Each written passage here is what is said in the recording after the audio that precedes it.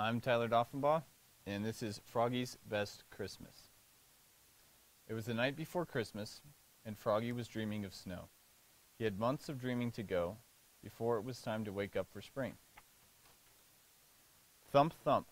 In a dream, Max was tossing snowballs against Froggy's window.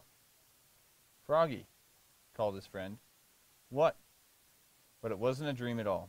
Froggy woke up and looked out the window. "Max! Max!" he shouted. He hopped out of bed, flop, flop, flop, and opened the door.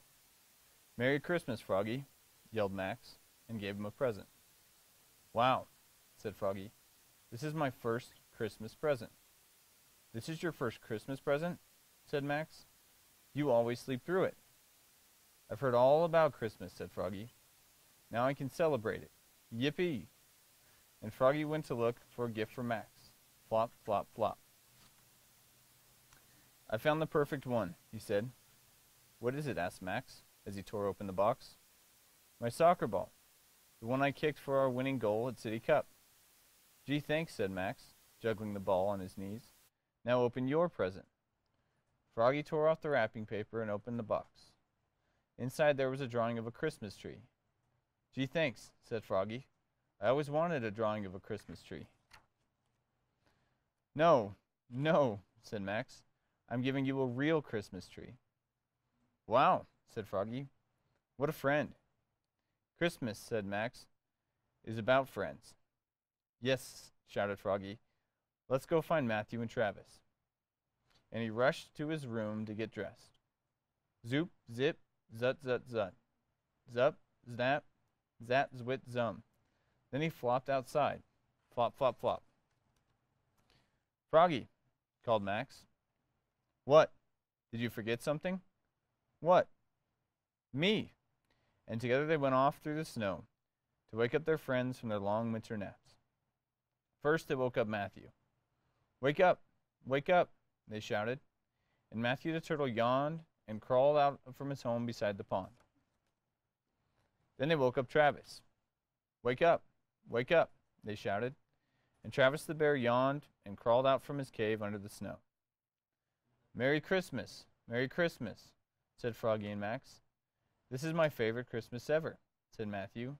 "Mine too," said Travis, and together they all trudged off through the snow to find the perfect Christmas tree. "Here's one," cried Froggy.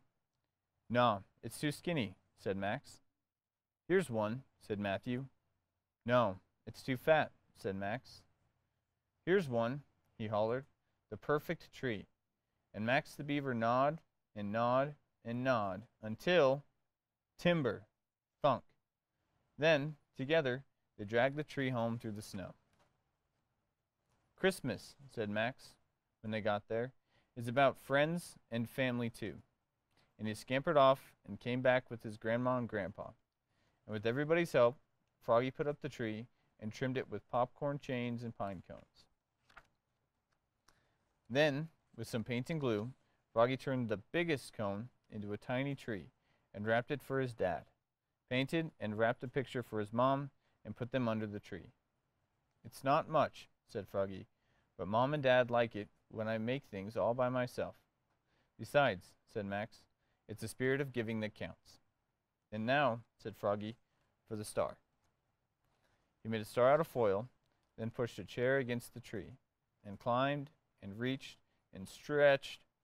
"Timber!" shouted Max. Thunk. "Froggy!" yelled his mother and father. "What?" And in they came, their eyes as big as sugar plums. "Oops," croaked Froggy, looking more red in the face than green. "Merry Christmas." And it was a Merry Christmas. Together they opened presents. Rip.